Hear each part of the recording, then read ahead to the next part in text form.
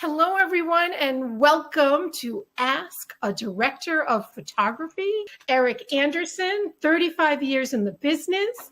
So one thing I wanted to mention before we get into the questions that we had discussed, that, Eric reached out to New Media Film Festival, which I'm the founder director, and he's like, hey, I want to see if you'd like me on a panel. Well, our festival is in June. And you reached out, if this is October, it was probably September or maybe even the end of August. And I'm like, why don't you be part of our Ask series, get you out there now, help people, learn stuff and get to know you if they don't, while we transition back into the normal world. And that was just so wonderful. Obviously we looked at your history and we're like, that's fantastic. You're a perfect fit. So thank you for taking the time to share. I love that you had said that you worked for, you worked on Robocop and you worked on Lifetime and Hallmark Channel. And then I go to IMDb and I'm like, Star Trek and Arrival and, all these like cool major commercial films. It's really, really exciting. Yeah, well, I worked as a union operator. So that's how I got on some of those shows. Not as a director of photography. I see. That's why you were selective in what you gave. But the good news is that it's a great start to. You got to start somewhere, right? Yeah. How did you actually start in the business? Well, in the actual business, I mean, getting paid. Yes, in the business? Getting paid. Okay. Well, I started. I went to school. I ended up at UC Santa Cruz. I'm from the Bay Area, and they had this was sort of during the 70s, still the 60s really, and they had a very small film department with some very talented people. And another teacher who was talented as well was named Alan Plone, and he got into production. Around that time, we did a commercial for County Bank of Santa Cruz, and that was shot with an old film stock that was very slow called ECO, and then they printed it on Kodachrome, and that was ASA 16. So if I'm the subject, the light would have to be like here. I mean, or you're in the sun. It's so that was my first job, and then he continued to get into Democratic political commercials, and we did a lot of that. You got your first paying job while you were in school. From your maybe one. That's awesome. Around that time. Great. I got a couple of jobs. So network when you're at school. Be kind to your professors. I was lucky. I was a little bit of a kind of a standout there. I mean, it was great for me. That's wonderful. College at UC Santa Cruz was kind of like the teachers would say, you give them a proposal of something you want to do, and then they would say, it sounds like you know more about that than we do or than I do, so why don't you go ahead? The reason I moved to LA is kind of part of that. So I was working, and I think it was called, I don't know the name of the company, Cine Works or something. And I think his name was Snazel. Anyway, he was the DP, and I was sweeping floors there. This is in San Francisco. And there was a DP and a gaffer, and they were photographing like a bathroom fixture. I don't know, it's in the days of, it was before Home Depot, but anyway, it was like a bathtub thing. Faucet. Oh, like a showroom. No, it was just a close-up on the thing. So okay. A bathtub, right, a Kohler thing. So I'm sweeping the floors. It was a reshoot, and it was just the two guys. Greg said to the gaffer, he goes, it turned out all dark in the dailies. We got to do it again. And I'm just kind of watching from the side. And I said, it's reflecting the ceiling, which is all black. Why don't you, get something white? And the gaffer said, we could try that. And so then I decided at that point I should move to LA. So that's fantastic. That's a good story. I hope that Greg's not watching. Story. I don't want to hurt his feelings. Oh, no. Actually, to Greg's credit, he encouraged you and didn't dismiss your suggestion. I want to thank everybody who helped me along the way. because I have had a great career, and I still do, and I have a great family and all sorts of support, and it's made possible by people giving you a chance and recommending you. That's the way it happens. And Eric, that's so wonderful. And we thank them for helping you. And what are some important keys to success? One of the most important things, which I didn't do, but the guys I know who are the most successful, like David Mullen, is they never did anything else. Focus, focus, focus. He was completely dedicated, and that's all he did. I sort of bounced around. I had a family, and that's okay. And I worked my way up. I mean, I went up. I started out as a DP in college, and then for a couple of years after that, I did some low-budget films. Then I couldn't get arrested. I moved to LA, and I just couldn't get a job. I spent a year, 8 hours a day looking for work. Serious, like just calling, and I would show up with my reel, and they would just say, well, whatever they said. They didn't say it to me, but I never got a job. And so that's the reality of that. And, and I talked to one DP, and I said, I don't know if I should be a DP or a camera assistant. I'm confused. He goes, just get a job. Just start working. Because you have to create the relationships. And the only way you can do that is through, the best way is by working with somebody and they know that you show up on time and you don't drink and you're a cool guy. If you want to be a DP, I'm not sure film school is good because you get to do you'll create relationships with people, and that can continue on. And that's could be critical if the other thing I think people should do is they should definitely get a mentor. These are things that some of these I didn't do, and I wish I had. And so find somebody who is where you want to be in 20 years or 30 years or whatever, but someone who can give you some advice who's not your parents or your cousin or your kids. I would say one of the things to do is you really have to love to watch films, and you should watch a lot of films. When I was in college, one of the teachers had access to a huge private library of 16 prints. And so we watched all the films of John Ford, all the films of Howard Hawks, film noir. And that's really where you could get your education, and not necessarily from the stuff that's out there now, because the television is a very different animal. I mean, these older movies, when it's directed by Orson Welles or John Ford, it's like each shot is a selection of a story. He's telling you what he wants you to see, or like Alfred Hitchcock. That thing about the 10,000 hours, that's really true about becoming an expert.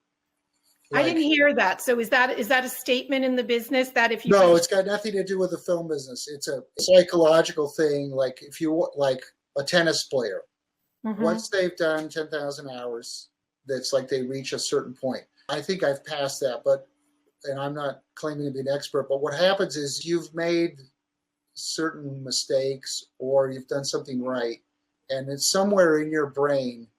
You can walk in a room and you go, and the gaffer says, well, let's key it from here. And you go, and you go, no. And you don't know why, but it's the other side or whatever it is, I'd like to do an interactive poll. Okay. So it's a yes or no question. And while we do this, you are welcome to look at questions and choose one if you want. And we can go with that once the poll is done. Oh, how fun. Look, we can all see it now. Only 2 votes. And then it gives you the percentages. We're at 50-50. Oh, that's switching fast. I don't know if it's on my screen, but I see. I got to answer it myself. Oh, isn't that funny? I don't have to answer it. I can just see the poll. Oh, this is good. Okay. So we have some seasoned, and then we have, it changed again. All right, about 50-50.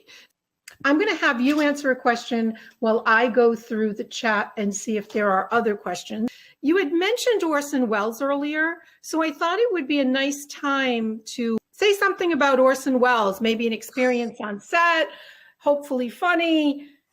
I have a story about Orson Welles, and then I'll tell you the Deep Impact story. Orson Welles, I won't mention the DP or the operator. I was the camera assistant. So Orson Welles, it was the period in where he was financing his films by being in commercials. And he had like a three-legged stool.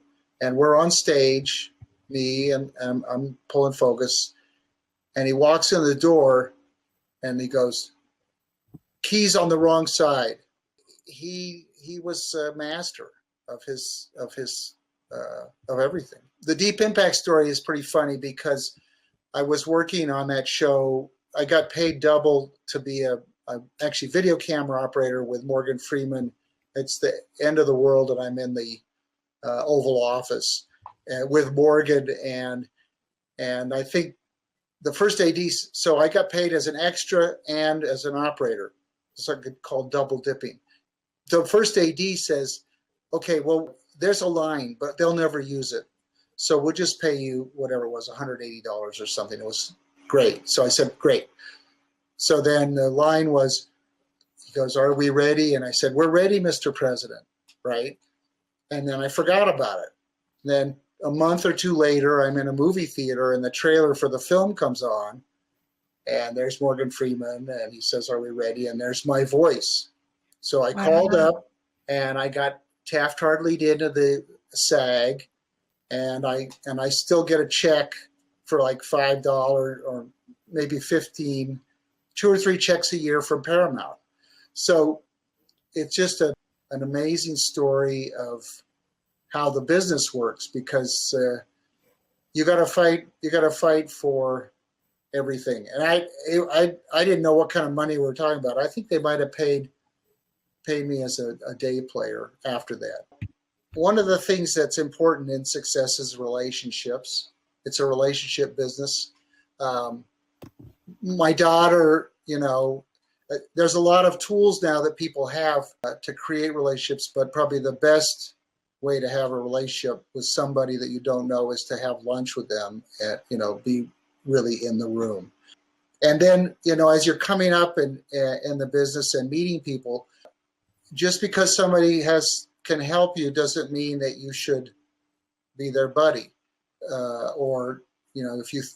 In other words, I think the best kind of relationship is to work with somebody that you really do like and that you trust, and it has to be real. Otherwise, it's a phony deal and it won't go anywhere in the end. Because somebody asked me, a gaffer, we were hanging out, and he said, I said, "Well, what if you're not available? What do you do?" He goes, "Oh, I always recommend somebody who's not as good as I am." I said, "No, wrong. Okay. You want to recommend somebody who's better than you, because the guy who called you, well, people call me from 10, 20 years ago. You never know. There's a long-term reputation and memory in town. There's a white list and there's a black list." So what's the theory on that, Eric? Is the theory that, and I'm only asking just, so if you send in someone that's better than you, not only does it set the tone that, you play well in the sandbox, but doesn't it help that person who's better than you, when they're busy, they may recommend you, and now you've bumped up into a higher budget project? Maybe, but the main thing is that you can't protect yourself from someone taking your job. Oh, interesting. So okay. that's what that's the motto. The gaffer was telling me, was like, "I'll get somebody in there and then they'll fire them and I can get my job back." But it doesn't work that way. Okay. So I don't think. No, great advice. You can't lose by. Anyway, that's a pretty short one. The other thing is that I think one of the other keys to success is that you want to do the best job you can, no matter what the job is. So it doesn't, once you're in for a dime, you're in for a dollar. It doesn't matter what the project is. You want to give it your all. And, there's an old Hollywood saying, which is really true, which is, "You're only as good as your last job." So, you could turn the job down if you don't want to do it. That's okay. But if you're going to do it, you want to give it 100%. Is And there a polite way to say no to a job? I'm Because booked. you may not want that one, but you may want to work with that person. I'm sorry, I have a job. Perfect. Yeah, that's it took me a long time to figure that out. It's a standard thing, but I was, and the other thing about the keys to success, I got a bunch of them, but it's your relationship with your work. Is it very important? Like that's where you should be getting your self-esteem or your jollies from what you've created. You did the best you could, and you feel good about it, not from somebody telling you you've done a good job. Oh, that's okay too, but not. I guess it's like it's a tough business, and you get pretty mixed up by saying, "Oh, I'm working for Disney now. I should be happy." It doesn't work that way. So, or it didn't work that way for me, and it's it can be confusing as you're coming along because you drop it. It's a fame business and all that stuff. So, Eric, is it okay, because this segues perfectly into a question that was on the chat? Yeah. It says, how do you decide which projects to be a part of? Well, I think you would decide what project based on the people that you would be working with and the script. And if you've got like 2 or 3 scripts, God bless you, Yeah, if you have choice, God bless you. If you have choices, you should feel very lucky. But it's usually, the content. I mean, that just comes from here, what do you love to do? It's wonderful. Yeah. Now it's totally up to you. We can give some more of those keys to success, or we can segue into what's changed in the business, whichever works best for you.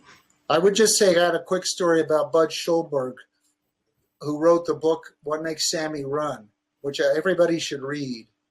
But Sammy, runs over everybody in his life. He's all alone at the very end in the mansion. And he's an unhappy camper but he's a success. Doug Campbell had a question for you, and I know that I told it. Hi, Doug. That you've worked with him before, and fond memories. Oh. Should a film student who wants to become a cinematographer work their way up, second AC, first AC, etc., or should they start shooting as a DP immediately on any size film? Yeah. Okay. Well, that's a good question. I mean, what I did, I don't think was really the best, because I came as a DP. I couldn't get hired, so I worked as a camera assistant on Roar and met a bunch of guys. Tippi Hedren film. Yeah, I was making really good, at that time it was good money and it was comfortable. And I loved being a camera assistant because there was not a lot of politics. It was just either in focus or out of focus. It's kind of like a black and white, and you could do a really great job and go home. The guys, like I said, who are most successful just shoot. So, it's a tough one. I mean, you can learn, the thing is when you're first starting out, you can learn a lot about the cameras, being a camera assistant. The problem is, like my friend Alan Copeland, is you get in a box. Oh, yes. Well, everyone knows you in that box. Mm-hmm. And so then you're saying, and you want to get out of the box, that might take a while. And so that's a hard call.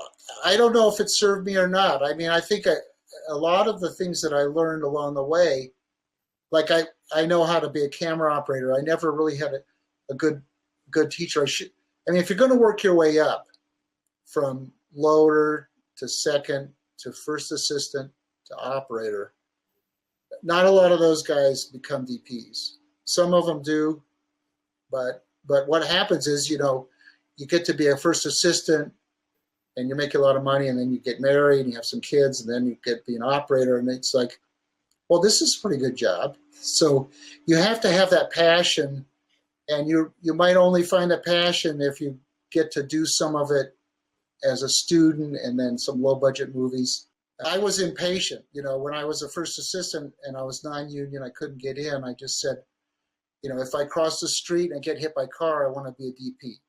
So then I was a non-union DP for a number of years, and then I said, I would like to work on a big movie. and I knew Hiro Narita, and I asked him, and so then I did some of these big shows, and then I worked as a non-union operator, but it was never really my thing. I was the kind of guy who I would be an operator, but I'd be looking, I'd say, well, why are we lighting it this way? The range should be backlit. It's all wrong. And I talked to the gaffer, and that was like stupid. Also, if you are a shooter, I don't like that word, but if you're a DP, if you're a non-union DP, I'll give an example. I was on a show. I was the A-camera operator. I came in because the guy had a heart condition. It was the best guy leaving me coming in that has ever happened, because he said, "Thank God you're here.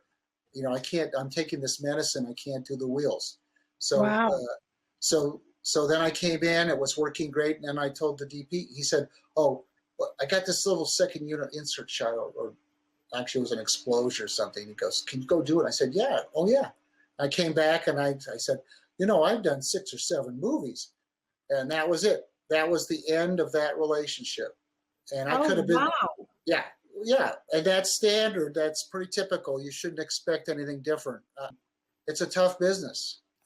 There's loyalty and there's opportunity, and I don't know. Well, what I'd like to do, just because we've been talking about from the student angle for a minute, I'm going to put in digitalcinemasociety.org. James Mathers and Charlene run that. It's a great organization. Jim. He's a great guy. Yeah.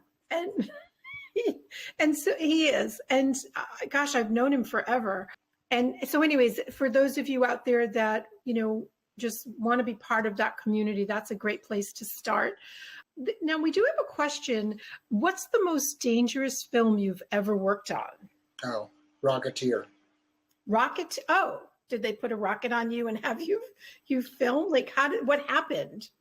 A lot of injuries. Oh, no. Yeah, I don't really want to talk about that. The other one was Roar. My first. Well, there's real lions in Roar, so there were 50 untrained lions in Roar. Yeah, and actually lions that were abused that were now at Shambhala. Yeah, well, is that the story? Well, from my understanding, they're untrained. They were untrained. They're untrained, and supposedly she heals them from being abused. So yeah, not good. I went and visited one day, and I got about 5 feet from the fence, and Chris Gallucci said, "Don't do that." And I said, "Why not?" Because that paw's going to come out, swipe you, and you are done. And I went, "Okay, I'm backing up." That was something, but that was a great opportunity for me. I'm glad it worked out, and you're still here to tell the story. Here's a question from a student, even though it's more of an HR type of question.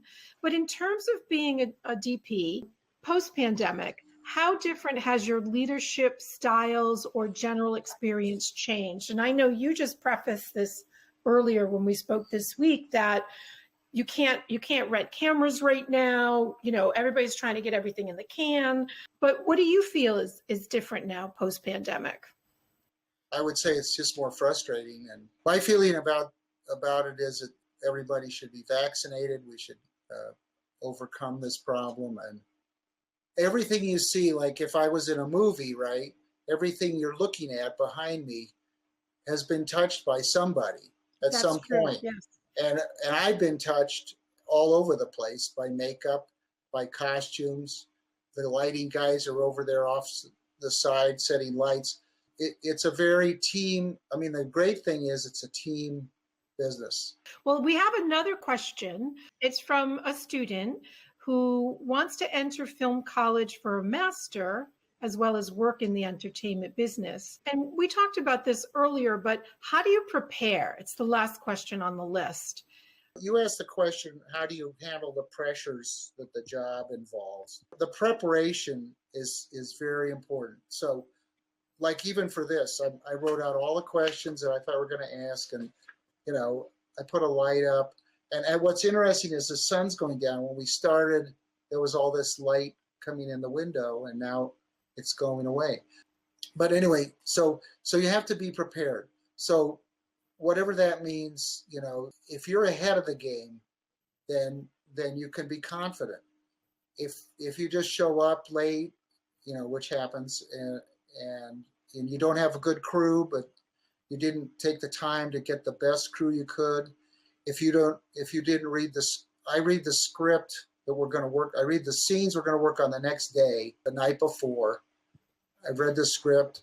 If the direct say there's no money to go see the scene, the location, and they just want you to go over there anyway. The director says, "Oh, it changed, and can you come over? It's 11 o'clock at night." Yeah. If you don't go there with him, you'll be clueless. Even just walking around with the guy, it's amazing what you won't even talk about it, but you'll look at it, and then the next day you say, "Oh, I've been there, and I read the script, and I know what's going to happen, or not, but I'm ready." And I got a great gaffer who'll cover me, and I got this assistant I've known. So preparation and then testing. That was Bob Primes. He's still around. Was a great cameraman. I was his assistant, and every time I asked him a question, he goes, "Well, why don't you go do a test?" And that's the smartest thing you can do, because then you have gone out and done it, and you know what you like and what came out of the test. So if you want to know what a stop over and a stop under looks like with your digital camera, go out and do it. Go out, put up a light, or just go outside at night. Right now it's a very interesting time outside. I can just pan over there. The sun is going down. The sun is it's actually gone down, and now it's just like twilight. And each one of these times of days, it tells a different story, tells a different mood.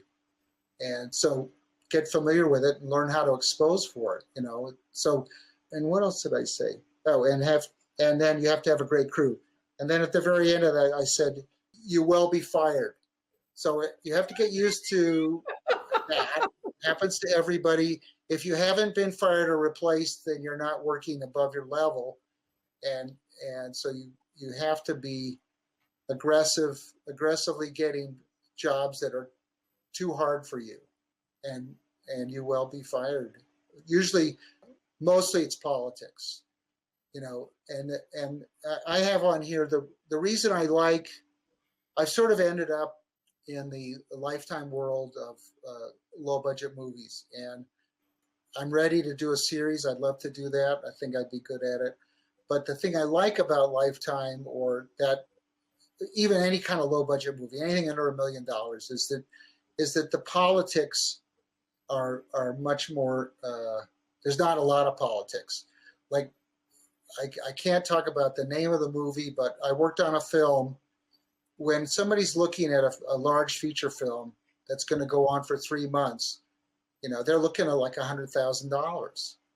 And if something that you're doing with your job, and it could be your fault or it could be their fault that something went wrong, they're going to protect that income. And that's what happens on big movies. Maybe it's changed, but that's what happened to me, and it took me a long time to get over it and figure it out. And so you have to be really savvy. If you're from New York, then you're in good shape.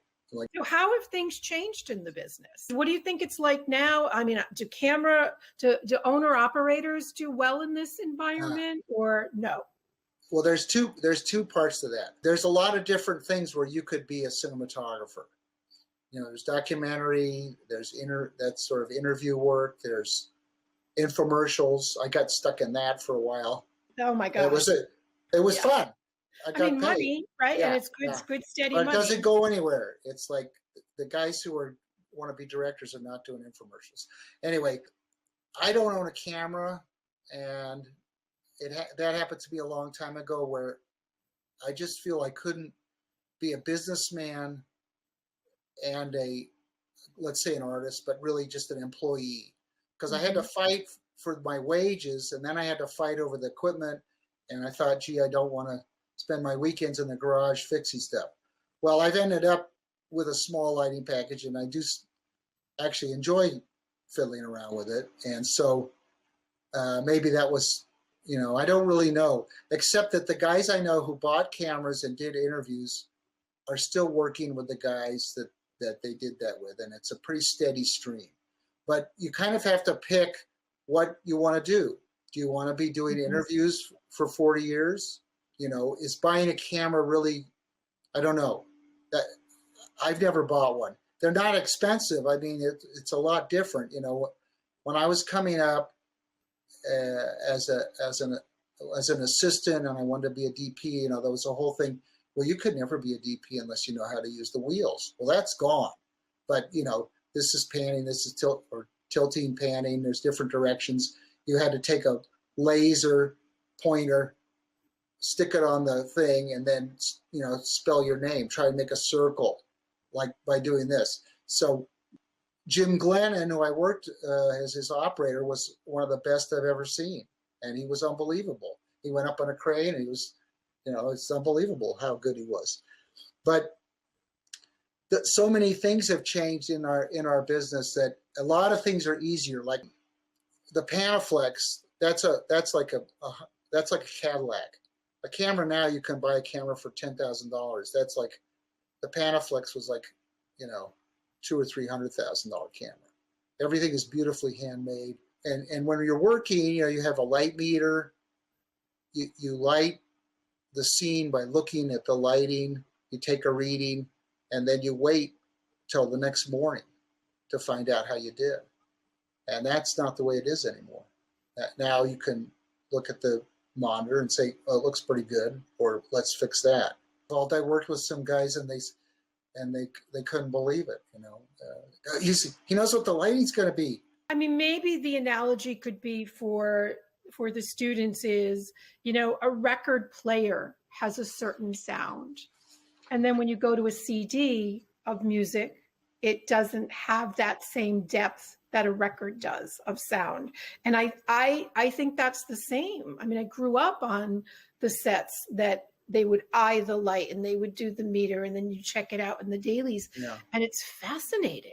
Do you have a funny story from set? And I know that we already discussed Morgan Freeman and Orson Welles and Tippi Hedren from some of the movies, but some of the other people that you had discussed that you worked with was James Coburn or Muhammad Ali, Martin Sheen, Martin Landau, Faye Dunaway, Joseph Cotten. Is there a funny story that comes to mind from working on set? I have a funny story, and then I have another story. Anyway, so Ali, we worked with him just for a day. A lot of time you would work with, in the beginning of my career, it would be just a day with a famous guy. Mm-hmm. And so this was a movie called Body and Soul. Hiro Narita was the DP, George Bowers was the director, and Mike Bennett was the production manager. And so Ali, all I really remember is, you know, we were on the back of, probably not an insert car, but maybe, and Ali was just running with the other star, and it was just so cool, you know. And then, but he loved to do this thing, I can't do it now, where he had a really long reach, and he could make a funny noise by rubbing his thumb on his thing, and he would reach around like by your ear and squeak, and you turn, and he just thought that was so he was very cool. But part of that story is and that was in the days when Cinemobile was kind of going out of business, and we were on they called it film trucks. Mm-hmm. And I had to build the camera out of all these boxes of pieces. I was an assistant, and I had a second assistant. And at the end of the day, you can have the end of the roll of film is called a short end. And he would say, hey, this one's 200 feet. What should we do with it? I said, just put it in the box. It's only 200 feet. I said, you know, we don't want to screw with that later. You know, we'll send it back to Canon, and they can deal with it. And so at the end of the film, we wrapped. So then 2 weeks later, I got a call, and I couldn't remember his name till just now. Chris Pierce called me up. He said, this is going to be great, Eric. We're going to go do some inserts, and you're going to be the DP, and it's going to be really fun. I said, okay. So we go in this house. He goes, there's no lighting. There's lots of light here coming in from the window. Just get these shots.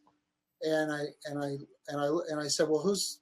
So then I said, oh, I guess I'll load the film. It was an Arri 2C.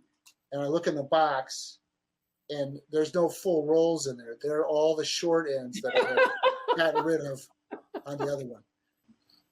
But one of the things that we used to do was, like, when everybody went to lunch, we would take the camera, mm-hmm. like there'd be multiple cameras, and we would lay it down like it had fallen over. put it on the ground, and then the guy could, oh my God.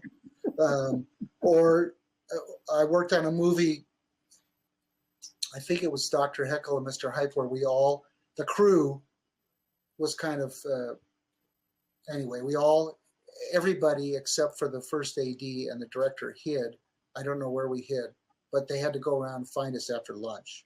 Oh, that's funny. And we thought, we're all giggling. Or the other one that people always did, see, now in those days, the focus was done with a tape. And I was a focus puller. Jan de Bont yelled at me all the time, but you got to know by eye the difference between 4'2" and 3'6", and you had to do it right away. And because you measured things. So the other guy, whoever's taking the tape out there, it's usually you. The guy at the camera's pulling it in and then you come back and he goes, you thought it was 3 feet. It's actually 6 or whatever. So I re-put your links in the chat. So if people want to be able to contact you, Eric, I also put our website, newmediafilmfestival.com. We give 45,000 away in awards. Our judges are Marvel, BBC, good. PBS, Emmys, Rolling Stone, Grammys. We have 25 plus categories. And the last question we wanted to leave it on was, what's next for you? Doug Campbell's watching, so the good news is we're going to be working together again. And is that on the Lifetime show? Not quite. Okay. Doug is one of the best. I've worked in a lot of television as an operator, and the directors on television kind of just come through. Doug is an all-around real movie director. The other thing I didn't say is, I learned how to light from all the people I've worked with. And Doug, taught me a lot. Great. Yeah, he's the one I don't know if I mentioned. I mean, I think it's good, instead of going to film school, consider going to art school. Why? Build a sense of aesthetics, because the technology, it's overwhelming, but it's not where the ideas come from, and it's not where your taste. If you can look at something and say, I like that, that doesn't come from ones and zeros. It comes, from nature and appreciation, art appreciation. And I think in my world, it comes from other things.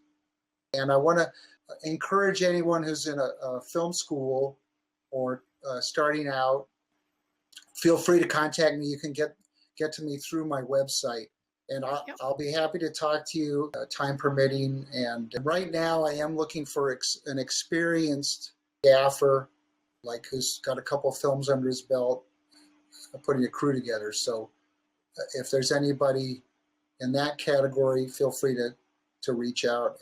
Eric Roy Anderson, and it's Eric with the C. All right. Well, thank you everyone for showing up. Thank you, Eric Anderson, for sharing your wait a minute. Wait. Oh, I saved this for the end. Wait a minute. What is it? Oh. It's because the sun went down. Aw. That's how much fun you can have. That's what I was just going to say. You all of a sudden became like a 5-year-old kid. Look at you. It's so cute. Okay. And it dimmed and it brightened and then it went back. Oh my gosh. And then there were shadows. Yeah. Okay. All right. Well, thank you, everybody. We'll see you next time. Okay. Bye-bye.